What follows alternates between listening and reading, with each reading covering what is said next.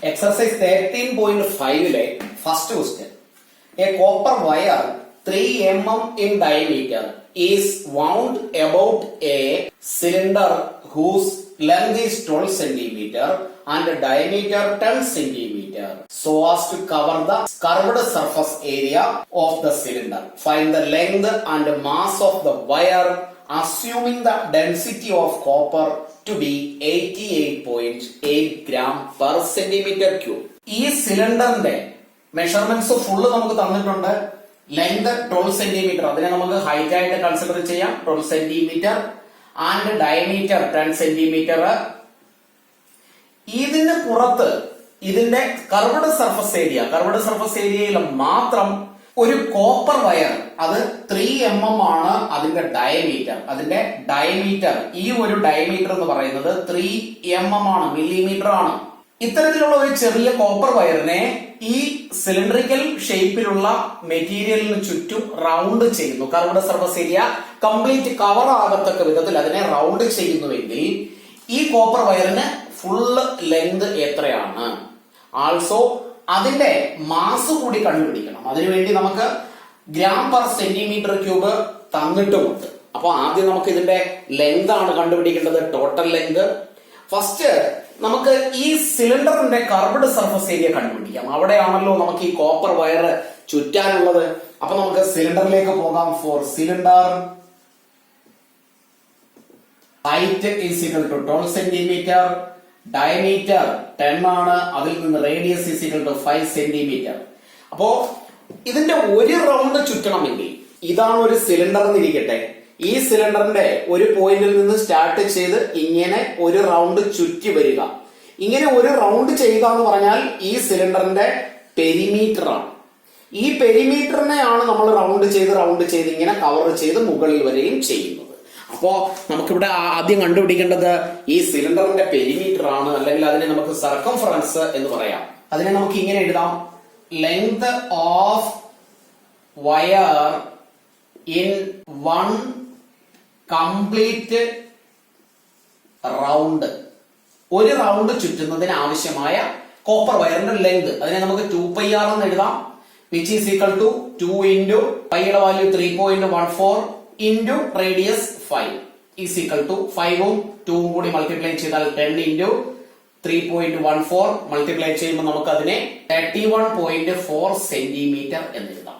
Suppose ഇതാണ് cylindrical ഷേപ്പിലുള്ള material, ഇതാണ് നമ്മുടെ കോപ്പർ വയർ എന്ന് കൺസിഡർ ചെയ്യുക. ഇത് ഇവിടെ താഴെ ഒരു പോയിന്റിൽ നമ്മൾ വെക്കുന്നു. അതിനുശേഷം ഇതിനെ ഇങ്ങനെ ഒരു കംപ്ലീറ്റ് റൊട്ടേഷൻ ആക്കി എടുക്കുമ്പോൾ ഈ ഒരു ലെങ്ത്, ഇത്രയും ഈ ഒരു ലെങ്ത് ഒരു റൗണ്ടിനുള്ളത്, അതാണ് നമ്മൾ കണ്ടുപിടിച്ച 3.14. അപ്പോ അത്തരത്തിലുള്ള അടുത്ത റൗണ്ട് ചെയ്യുമ്പോൾ നെക്സ്റ്റ് റൗണ്ടിൽ വീണ്ടും അത്രയും, സെക്കൻഡ് റൗണ്ടിലും വീണ്ടും 3.14 ലെങ്ത് ആണ് യൂസ് ചെയ്യുന്നത്. അങ്ങനെ റൗണ്ട് ചെയ്ത് ഇതിന്റെ മുകളറ്റം വരെ ചെയ്യുമ്പോ ഈ കോപ്പർ വയർ എത്ര ലെങ്ത് വേണം എന്നാണ് ഇവിടെയുള്ള ക്വസ്റ്റ്യൻ. അപ്പോ ഈ കോപ്പർ വയറിന്റെ തിക്നെസ് ആണ് 3 mm എന്ന് പറയുന്നത്. ദാറ്റ് മീൻസ് ഇവിടെ ഇപ്പൊ ഞാൻ ഒരു റൗണ്ട് ചെയ്യുകയാണെങ്കിൽ, ഈ ഒരു റൗണ്ട് ചെയ്യുമ്പോ താഴെ നിന്നും ഒരു റൗണ്ട് ഞാൻ ചെയ്യുമ്പോ ഈ 12 സെന്റിമീറ്റർ ഹൈറ്റ് ഉള്ള ഈ ഒരു സിലിണ്ടറില് ഇവിടെ നിന്ന് 3 mm കവറായി. അടുത്ത റൗണ്ട് ചെയ്യുമ്പോൾ വീണ്ടും 3 mm, അങ്ങനെ വീണ്ടും 3 mm, അങ്ങനെ 3 mm വീതമാണ് മുകളിലേക്ക് ഹൈറ്റ് കവറായി പോകുന്നത്. ദാറ്റ് മീൻസ് ഓരോ റൗണ്ടിലും 3 mm ആണ്. അങ്ങനെയാണെങ്കിൽ അത്തരത്തിലുള്ള മൊത്തം എത്ര റൗണ്ട് വേണം എന്ന് കണ്ടുപിടിച്ചാൽ മതി. എത്ര റൗണ്ട് ആണോ വേണ്ടത് അതിനെ ഒരു റൗണ്ട് ചെയ്യാൻ ആവശ്യമായ ലെങ്ത് എത്രയാണോ ആ ലെങ്ത് കൊണ്ട് ടോട്ടൽ നമ്പർ ഓഫ് റൗണ്ട്സിനെ മൾട്ടിപ്ലൈ ചെയ്താൽ നമുക്ക് ഈ കോപ്പർ വയറിന്റെ ഫുള്ള് ലെങ്ത് എത്രയാണെന്ന് കണ്ടുപിടിക്കാം. അപ്പൊ നമുക്ക് അടുത്ത സ്റ്റെപ്പില് കോപ്പർ വയറിലേക്ക് പോകാം. കോപ്പർ വയർ, അതിന്റെ ഡയമീറ്റർ ആണ് തന്നിരിക്കുന്നത്. Diameter is equal to 3 mm. അതിനെ നമുക്ക് സെന്റിമീറ്ററിലേക്ക് മാറ്റണം. അപ്പൊ 3/10 സെന്റിമീറ്റർ എന്ന് എഴുതാം. അങ്ങനെയാണെങ്കിൽ ഈ 12 സെന്റിമീറ്റർ ഹൈറ്റില് ഇത്രയും വീതം ഈ ഒരു കട്ടിയിൽ നമ്മൾ ഇങ്ങനെ കവർ ചെയ്യുമ്പോൾ എത്ര റൗണ്ട് മുകളിലോട്ട് ചെയ്യണം എന്ന് കണ്ടുപിടിക്കാം. അതിന് ഈ ഫുള്ള് ലെങ്ത് എത്രയാണോ ആ ലെങ്തിനെ ഈ ഒരു മെഷർമെന്റ് കൊണ്ട് ഡിവൈഡ് ചെയ്താൽ മതി. അപ്പൊ അതിന്റെ സ്റ്റെപ്പിനെ നമുക്ക് ഇങ്ങനെ എഴുതാം. therefore number of rounds of wire to അതിനെ നമുക്ക് to cover the cylinder എന്ന് എഴുതാം is equal to full length 12 ആണ്, അതിനെ ഡിവൈഡ് ചെയ്യണം thickness ആയ 3/10 കൊണ്ട് is equal to 12. ഇതിന്റെ റെസിപ്രോക്കൽ എഴുതിയാൽ 10 divided by 3 എന്ന് എഴുതാം. 12 3 ഡിവൈഡ് ചെയ്താൽ ഇവിടെ നമുക്ക് 4 which is equal to 40 എന്ന് എഴുതാം. ദാറ്റ് മീൻസ് ഈ ഒരു സിലിണ്ടറിനെ 40 റൗണ്ട് 40 റൗണ്ട്സ് ചുറ്റി കഴിയുമ്പോഴാണ് ഇതിന്റെ കർവ്ഡ് സർഫസ് ഏരിയ ഫുൾ ആയി കവർ ആകുന്നത്. അങ്ങനെയാണെങ്കിൽ ഈ ഫുള്ള് കോപ്പർ വയറിന് എത്ര ലെങ്ത് വേണമെന്ന് കണ്ടുപിടിക്കാൻ ഒരു റൗണ്ട് ചെയ്യുമ്പോൾ 31.4 ആണെങ്കിൽ അത്തരത്തിലുള്ള 40 റൗണ്ട്സ്, അപ്പൊ 40യും 31.4 കൂടി മൾട്ടിപ്ലൈ ചെയ്താൽ മതി. അപ്പൊ നമുക്ക് എഴുതാം therefore length of wire required is equal to length of one round into number of rounds is equal to 31.4 into 40 is equal to 0. 4 into 4 6 5 12. ഒരു ഡെസിമൽ ആണ്, ഇവിടെ പോയിന്റ് ഇട്ടാൽ 1256 സെന്റിമീറ്റർ എന്ന് കിട്ടും. ഫൈനലി നമുക്ക് ഇങ്ങനെ എഴുതാം 1256 സെന്റിമീറ്റർ ആണ് ഈ കോപ്പർ വയറിന്റെ ലെങ്ത് 1256 സെന്റിമീറ്റർ. സെക്കൻഡ് സ്റ്റേജില് നമുക്ക് കണ്ടുപിടിക്കാനുള്ളത് ഈ കോപ്പർ വയറിന്റെ മാസ് എത്രയാണെന്ന്. അപ്പോ നേരത്തെയുള്ള ക്വസ്റ്റ്യൻസിൽ നമ്മൾ ചെയ്തിട്ടുള്ളതാണ്. മാസ് കണ്ടുപിടിക്കണമെങ്കിൽ total volume into density of copper. ഇവിടെ ഡെൻസിറ്റി ഓഫ് കോപ്പർ ആണ്, അത് നമുക്ക് തന്നിട്ടുണ്ട് 8.8 ഗ്രാം പെർ സെന്റിമീറ്റർ ക്യൂബ്. അതുകൊണ്ട് മൾട്ടിപ്ലൈ ചെയ്താൽ മതി. അപ്പൊ നമുക്ക് ഇതിന്റെ വോളിയം ആദ്യം കണ്ടുപിടിക്കാം. Volume of wire is equal to, wire ആണെങ്കിലും ഇതിന്റെ ഷേപ്പ് സിലിണ്ടറിക്കൽ ഷേപ്പ് ആണ്, πr² h is equal to 22/7 into ഇവിടെ ഡയമീറ്റർ ആണ് തന്നിരിക്കുന്നത്. ഡയമീറ്റർ 3 mm ആണ്. അതിനെ നമ്മൾ റേഡിയസ് ആക്കുമ്പോൾ 3 divided by 2 എന്ന് എഴുതാം. ഇത് mm ലാണ്. ഇതിനെ നമ്മൾ സെന്റിമീറ്റർ ആക്കുമ്പോൾ 10 കൊണ്ട് ഡിവൈഡ് ചെയ്യണം. അപ്പൊ നമുക്ക് അതിനെ 3/2 into 1/10 എന്ന് എഴുതാം which is equal to 3/20. അപ്പൊ ഇവിടെ r² that means 3/20 the whole square ആണ്. 2 പ്രാവശ്യം എഴുതിയാൽ മതി. Into height 1256. ഇത്രയും സെന്റിമീറ്റർ ക്യൂബ് ആണ് ഈ കോപ്പർ വയറിന്റെ വോളിയം. ഇനി നമുക്ക് ഡെൻസിറ്റി എഴുതാം. Density of wire is equal to 8.88 gram per centimeter cube. എനിക്ക് തോന്നുന്നു ഞാൻ ക്വസ്റ്റ്യൻ എഴുതിയ സമയത്ത് 88.8 എന്നാണ് എഴുതിയതെന്ന് തോന്നുന്നു. I am sorry. അങ്ങനെയാണെങ്കിൽ അതിനെ അങ്ങ് അവോയ്ഡ് ചെയ്യുക. Correct 8.88 gram per centimetre cube ആണ്. അങ്ങനെയാണെങ്കിൽ നമുക്ക് ഇനി ടോട്ടൽ മാസ് കണ്ടുപിടിക്കാം. മാസ് അല്ലെങ്കിൽ weight of the wire is equal to volume into density is equal to this value 22/7 into 3/20 into 3/20 into 1256 into this value 8.88. ഇത്രയും നമ്മൾ കാൽക്കുലേറ്റ് ചെയ്യുമ്പോൾ ഫൈനൽ ആൻസർ അപ്രോക്സിമേറ്റ്ലി നമുക്ക് ഇങ്ങനെ എഴുതാം 788 ഗ്രാം. അപ്രോക്സിമേറ്റ് വാല്യൂ ആയതുകൊണ്ട് നമുക്ക് അതിനെ ബ്രാക്കറ്റിൽ വേണമെങ്കിൽ അപ്രോക്സിമേറ്റ് വാല്യൂ എന്ന് എഴുതി വെക്കാം. അപ്പോ കോപ്പർ വയറിന്റെ മാസ് അല്ലെങ്കിൽ വെയിറ്റ് ആണ് 788 gram. Question number 2. A right triangle whose sides are 3 cm and 4 cm other than hypotenuse is made to revolve around its hypotenuse. Find the volume and the surface area of the cone so formed. ഇവിടെ പറയുന്നത് ഒരു right triangle. For example ഇതൊരു right triangle ആണ്. ഈ right ട്രയാംഗിളിന്റെ രണ്ട് സൈഡ്സിന്റെ length ആണ് തന്നിരിക്കുന്നത് 3 cm and 4 cm. അപ്പോ ഒരു റൈറ്റ് ട്രയാംഗിൾ നമ്മൾ കൺസിഡർ ചെയ്താൽ ഈ റൈറ്റ് ട്രയാംഗിളിന്റെ ഒരു side 3 cm and another side is 4 cm. Other than hypotenuse എന്ന് പറഞ്ഞിട്ടുണ്ട്. ദാറ്റ് മീൻസ് ഇത് രണ്ടും ഓരോ സൈഡിനെ നമുക്ക് 3 ഉം 4 ഉം ആയിട്ട് കൺസിഡർ ചെയ്യാം.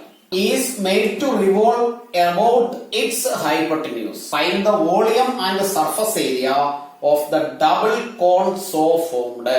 അപ്പൊ ഇവിടെ ക്വസ്റ്റ്യനിൽ എന്താണ് പറഞ്ഞിരിക്കുന്നതെന്ന് വെച്ചാൽ is made to revolve about its hypotenuse. ഇതിന്റെ ഈ ഒരു റൈറ്റ് ട്രയാങ്കിളിന്റെ ഹൈപ്പട്ടന്യൂസ് ഇതാണ്. ഹൈപ്പട്ടന്യൂസിനെ ബേസ് ചെയ്തുകൊണ്ട് അല്ലെങ്കിൽ അതിന്റെ പൊസിഷൻ മാറാതെ ഇതിനെ ഇങ്ങനെ ഒന്ന് റൗണ്ട് ചെയ്താൽ, ഇതിനെ ഇങ്ങനെ റൗണ്ട് ചെയ്യുകയാണെങ്കിൽ, റൗണ്ട് അബൌട്ട് ആണെങ്കിൽ, ഇതിങ്ങനെ കറങ്ങുന്ന സമയത്ത് ഇതിങ്ങനെ റൊട്ടേറ്റ് ചെയ്യുമ്പോൾ ഈ മുകൾ വശം മാത്രം റൊട്ടേറ്റ് ചെയ്യുമ്പോൾ അവിടെ ഒരു കോൺ ഉണ്ടാകുന്നു, താഴ്വശം മാത്രമാണെങ്കിൽ അവിടെയും ഒരു കോൺ. ഇപ്പൊ ഞാൻ വരച്ചിരിക്കുന്ന അനുസരിച്ച് വെക്കുകയാണെങ്കിൽ ഞാൻ ഇങ്ങനെ വെക്കുന്നു. അപ്പൊ ഞാൻ ഇങ്ങനെയാണ് വെച്ചിരിക്കുന്നത്. ഇതാണ് ആ ഒരു റൈറ്റ് ട്രയാങ്കിൾ. റൈറ്റ് ആംഗിൾ ഇവിടെയാണ്, ഇവിടെയും റൈറ്റ് ആംഗിൾ ആണെന്ന് വിചാരിക്കുക. ഇതിനെ ഇങ്ങനെ വെച്ചിട്ട് ഞാൻ ഇങ്ങനെ റൗണ്ട് ചെയ്യുന്ന സമയത്ത് ഇതിങ്ങനെ റൗണ്ട് ചെയ്യുമ്പോൾ മുകളിൽ ഒരു കോൺ ഓട്ടോമാറ്റിക്കലി ഫോം ആകുന്നുണ്ട്.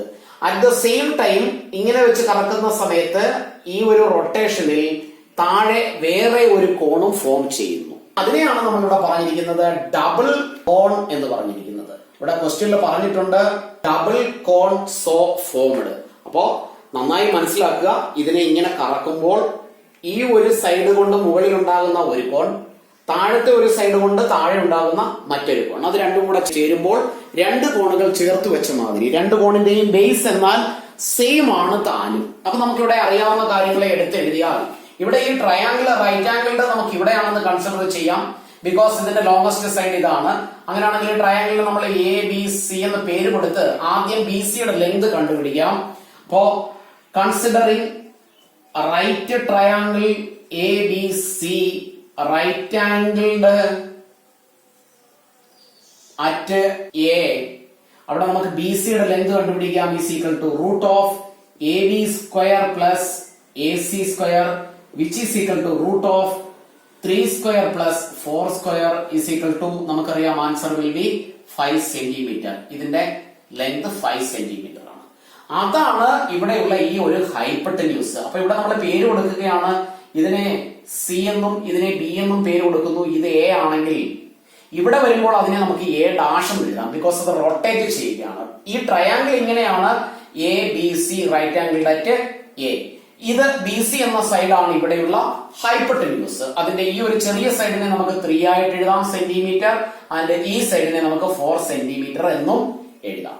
അങ്ങനെയാണെങ്കിൽ ഇവിടെ ചോദിച്ചിരിക്കുന്നത് ഇവിടെ ഉണ്ടാകുന്ന ഡബിൾ കോണിന്റെ വോളിയവും സർഫസ് ഏരിയയുമാണ്. അപ്പോ ഇതിന്റെ റേഡിയസ് എത്രയാണെന്ന് നമുക്ക് കണ്ടുപിടിക്കണം. റേഡിയസ് കണ്ടുപിടിക്കണമെങ്കിൽ ഈ ഒരു ലെങ്ത് ആണ് നമുക്ക് വേണ്ടത്. ഈ ഒരു ലെങ്ത് കണ്ടുപിടിക്കേണ്ടിയിരിക്കുന്നു. ഇവിടെ നമുക്ക് ഇതിനെ ഡി എന്ന് പേര് കൊടുത്താൽ ഇവിടെയുള്ള കോമൺ ബേസ് എന്ന് പറയുന്നത് ഇതാണ്. അതിന്റെ റേഡിയസ് ആണ് നമുക്ക് വേണ്ടത്. ഈ ഒരു കോണിന്റെ വോളിയവും ഈ ഒരു കോണിന്റെ വോളിയവും കൂടി ആഡ് ചെയ്താൽ ടോട്ടൽ വോളിയം നമുക്ക് കണ്ടുപിടിക്കാം. എന്നാൽ ഇവിടെ റേഡിയസ് കണ്ടുപിടിക്കേണ്ടിയിരിക്കുന്നു. അതിന് നമുക്ക് ഇവിടെ രണ്ട് ട്രയാങ്കിളിനെ കൺസിഡർ ചെയ്ത് ആ ട്രയാങ്കിൾസ് സിമിലർ ആണെന്ന് പ്രൂവ് ചെയ്താൽ മാത്രമേ ഈ ഒരു ലെങ്ത് നമുക്ക് കണ്ടുപിടിക്കാൻ കഴിയൂ. ഇവിടെയുള്ള ഈ ഡബിൾ കോണിന്റെ വോളിയവും സർഫസ് ഏരിയയും, സർഫസ് ഏരിയ എന്ന് പറയുമ്പോൾ ഈ രണ്ട് ബേസും കൂടി ചേരുന്നത് കണ്ടുപിടിക്കേണ്ട, അത് രണ്ടും കൂടെ ചേർന്നാണ് പുറത്തുള്ള ഈ ഇവിടെയുള്ള ഒരു കർവ്ഡ് സർഫസ് ഏരിയ, ഇവിടെ താഴെയുള്ള ഒരു കർവ്ഡ് സർഫസ് ഏരിയ, മുകളിലും താഴെയുള്ള രണ്ട് കർവ്ഡ് സർഫസ് ഏരിയയാണ് total curved surface area of the double cone ആയി വരുന്നത്. ഇത് രണ്ടും കണ്ടുപിടിക്കണമെങ്കിൽ രണ്ടിനും കൂടി കോമൺ ആയിട്ടുള്ള ഈ ബേസ് രണ്ടിനും കോമൺ ആണ്. അതുകൊണ്ട് തന്നെ റേഡിയസും സെയിം ആണ് രണ്ട് കോണിന്റെയും. അപ്പൊ ആ റേഡിയസ് നമുക്ക് കണ്ടുപിടിച്ചാൽ മാത്രമേ ബാക്കിയുള്ള കാൽക്കുലേഷനിലേക്ക് നമുക്ക് പോകാൻ കഴിയൂ. ഇവിടെ ഉണ്ടാകുന്ന ഈ ഒരു ആംഗിൾ 90 ഡിഗ്രി ആണ്. ഈ വലിയ ട്രയാംഗിൾ എ ബി സിയുടെ ഈ ആംഗിളും 90 ഡിഗ്രിയാണ്. ഞാൻ വരച്ചിരിക്കുന്നത് കൊണ്ട് ചിലപ്പോൾ ഇത് 90ൽ കൂടുതലാണെന്ന് തോന്നാമെങ്കിലും ഇവിടെയുള്ള ഈ ട്രയാംഗിൾ തന്നെയാണ് ഇവിടെ വരച്ചിരിക്കുന്ന എ ബി സി എന്ന ട്രയാംഗിൾ. അപ്പോ ഇവിടെയുള്ള ഈ ഒരു വലിയ ആംഗിളും 90 ഡിഗ്രി തന്നെയാണ്. ഇവിടെ നമുക്ക് എ ഡിയുടെ ലെങ്ത് അല്ലെങ്കിൽ എ ഡാഷ് ഡിയുടെ ലെങ്ത് ഇത് രണ്ടും ഒന്ന് തന്നെയാണ്. Which is the radius of the base. നമുക്ക് രണ്ട് സൈഡിന്റെ ലെങ്തേ അറിയാവൂ. ഒപ്പം ഈ മൂന്നാമത്തെ സൈഡിന്റെ ലെങ്ത് കണ്ടുപിടിച്ചു 5 സെന്റിമീറ്റർ. ഇത് 5 സെന്റിമീറ്റർ ആണ്. ദാറ്റ് ഈസ് ബി സിയുടെ ലെങ്ത്, ഈ വലിയ ലെങ്ത്. ഇത് മൂന്നും ഉപയോഗിച്ച് രണ്ട് ട്രയാംഗിളിനെ കൺസിഡർ ചെയ്ത് സിമിലാരിറ്റി പ്രൂവ് ചെയ്ത് സിമിലർ ട്രയാംഗിൾസിന്റെ സൈഡ്സിന്റെ റേഷ്യോ ഈക്വൽ ആണെന്ന് എഴുതി അതിൽ നിന്ന് നമുക്ക് റേഡിയസ് കണ്ടുപിടിക്കാം. അപ്പോ ഇവിടെ നമ്മൾ രണ്ട് ട്രയാംഗിൾ കൺസിഡർ ചെയ്യുന്നു. Considering triangle A D B and triangle C A B. ഏതൊക്കെ ട്രയാംഗിൾസ് ആണെന്ന് നോക്കാം. എ ഡി ബി ഇത് റൈറ്റ് ആംഗിൾ അറ്റ് ഡി ആണ്. സി എ ബി എ എന്ന ആംഗിൾ റൈറ്റ് ആംഗിൾ ആണ്. ഈ രണ്ട് ട്രയാങ്കിളുമായി കൺസിഡർ ചെയ്താൽ നമുക്ക് രണ്ടിനെയും ചെറുതായിട്ടൊന്ന് വരച്ചു നോക്കിയാൽ എ ഡി ബി 4 സെന്റിമീറ്റർ ആണ് ഈ സൈഡ്. വലിയ ട്രയാങ്കിൾ കൺസിഡർ ചെയ്താൽ വലിയ triangle C A B this side is 3 centimetre. ഇത് 90 ഡിഗ്രി ആംഗിൾ ആണ്, ഇത് 90 ഡിഗ്രി ആംഗിൾ ആണ്. അങ്ങനെയാണെങ്കിൽ ഈ രണ്ട് ആംഗിൾസും ഈക്വൽ ആണെന്ന് നമുക്ക് എഴുതി വെക്കാം. Angle A D B is equal to angle C A B is equal to 90 degree.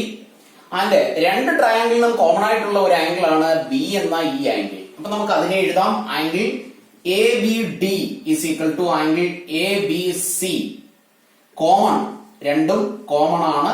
Reason നമുക്ക് കോമൺ എന്ന് എഴുതാം. അങ്ങനെ രണ്ട് ട്രയാങ്കിൾസിന്റെ രണ്ട് ആംഗിൾസ് ഈക്വൽ ആയാൽ അടുത്ത സ്റ്റെപ്പിൽ നമുക്ക് എഴുതാം therefore triangle A D B similar to triangle C A B. A similarity. അങ്ങനെയാണെങ്കിൽ അതിന്റെ കറസ്പോണ്ടിങ് സൈഡ്സിന്റെ റേഷ്യോ ഈക്വൽ ആയിരിക്കും. കറസ്പോണ്ടിങ് സൈഡ്സ് നമുക്കിവിടെ വേണ്ടത് എ ഡി എന്ന ഈ സൈഡ് വരണം. അറിയാവുന്നത് എ ബി എന്ന ഒരു സൈഡ്, ഇവിടെ എ സി എന്ന ഒരു സൈഡ് അറിയാം. ബി സി എന്ന ഒരു സൈഡിന്റെ ലെങ്ത് ഇത് 5 സെന്റിമീറ്റർ ആണെന്നും അറിയാം. അപ്പൊ ഇതിൽ നിന്ന് നമുക്ക് തന്നിരിക്കുന്ന സൈഡുകളും കണ്ടുപിടിക്കേണ്ട സൈഡും കൂടെ ചേർത്ത് നമുക്ക് റേഷ്യോ കൺസിഡർ ചെയ്യാം. ഈ ട്രയാങ്കിളിന്റെ ബി എന്ന ആംഗിളിന്റെ ഓപ്പോസിറ്റ് സൈഡ്, അതാണ് നമുക്ക് റേഡിയസ് ആയിട്ട് കൺസിഡർ ചെയ്യാനുള്ളത്, കണ്ടുപിടിക്കേണ്ടതും. അപ്പൊ എ ഡി ഡിവൈഡഡ് ബൈ ഇവിടെയുള്ള ബിക്ക് ഓപ്പോസിറ്റ് ഉള്ള സൈഡ് എ സി ആണ്, ഈസ് ഈക്വൽ ടു 90 ഡിഗ്രിക്ക് ഓപ്പോസിറ്റ് ഉള്ള side A B divided by ഇവിടെ 90ക്ക് ഓപ്പോസിറ്റ് ഉള്ളത് ബി സി. ഇനി നമുക്ക് അറിയാവുന്ന വാല്യൂ സബ്സ്റ്റിറ്റ്യൂട്ട് ചെയ്യാം. എ ഡിയുടെ വാല്യൂ നമുക്ക് അറിയില്ല. A D divided by A സിയുടെ value 3 is equal to A B which is 4 divided by B C 5 ആണ്. ക്രോസ് മൾട്ടിപ്ലൈ ചെയ്താൽ നമുക്ക് A D into 5 is equal to 4 into 3 which is 12. then AD will be 12 divided by 5 എന്ന് എഴുതാം. AD എന്ന് പറയുന്നത് 12 divided by 5 ആണ്. That means the radius of the base is 12 divided by 5. ഇനി നമുക്ക് വേണ്ടത് ഈ ഒരു DC അല്ലെങ്കിൽ CD എന്ന ഹൈറ്റും BD എന്ന ഹൈറ്റുമാണ്. BCയുടെ ഫുൾ ലെങ്ത് അറിയാം 5 ആണ്. അതിൽ നിന്ന് ഇതിൽ ഏതെങ്കിലും ഒരു ലെങ്ത് CDയുടെയോ BDയുടെയോ ലെങ്ത് കണ്ടുപിടിച്ചാൽ 5ൽ നിന്ന് മൈനസ് ചെയ്താൽ അടുത്ത ഹൈറ്റ് കണ്ടുപിടിക്കാൻ കഴിയും. അപ്പൊ നമ്മൾ ഈ ഒരു സിമിലാരിറ്റിയിൽ നിന്ന് തന്നെ അടുത്ത ഒരു റേഷ്യോ കൂടി എഴുതുകയാണ്. B D divided by B D എന്ന് പറയുന്നത് ഈ സൈഡ് ആണ്. ഈ തേർഡ് ആംഗിളിന് ഓപ്പോസിറ്റ് ഉള്ള സൈഡ്, ഇവിടെ തേർഡ് ആംഗിളിന് ഓപ്പോസിറ്റ് ഉള്ള സൈഡ് ഇതാണ്, which is A B is equal to A B ഈ ട്രയാംഗിളിന് 90ക്ക് ഓപ്പോസിറ്റ് ഉള്ള സൈഡ് ഡിവൈഡഡ് ബൈ ഇതിന്റെ 90ക്ക് ഓപ്പോസിറ്റ് ഉള്ള side which is B C. ഇനി ഇതിലേക്ക് നമുക്ക് വാല്യൂ സബ്സ്റ്റിറ്റ്യൂട്ട് ചെയ്യാം. ബി ഡിയുടെ ലെങ്ത് നമുക്ക് അറിയില്ല, ബി ഡി എന്ന് തന്നെ എഴുതുന്നു. ഡിവൈഡഡ് ബൈ എ ബിയുടെ ലെങ്ത് അറിയാം 4 is equal to A B അതിന്റെ length 4 centimetre divided by B സിയുടെ ലെങ്ത് ടോട്ടൽ ലെങ്ത് 5 ആണ്. ക്രോസ് മൾട്ടിപ്ലൈ ചെയ്താൽ B D into 5 is equal to 16 എന്ന് എഴുതാം. അങ്ങനെയാണെങ്കിൽ B D is equal to 16 divided by 5. ഇവിടെ നമുക്ക് ബി ഡിയുടെ ലെങ്ത് 16 ബൈ 5 ആണ് കിട്ടിയത്. ഇനി അതിൽ നിന്ന് നമുക്ക് സി ഡിയുടെ ലെങ്ത് കണ്ടുപിടിക്കാം.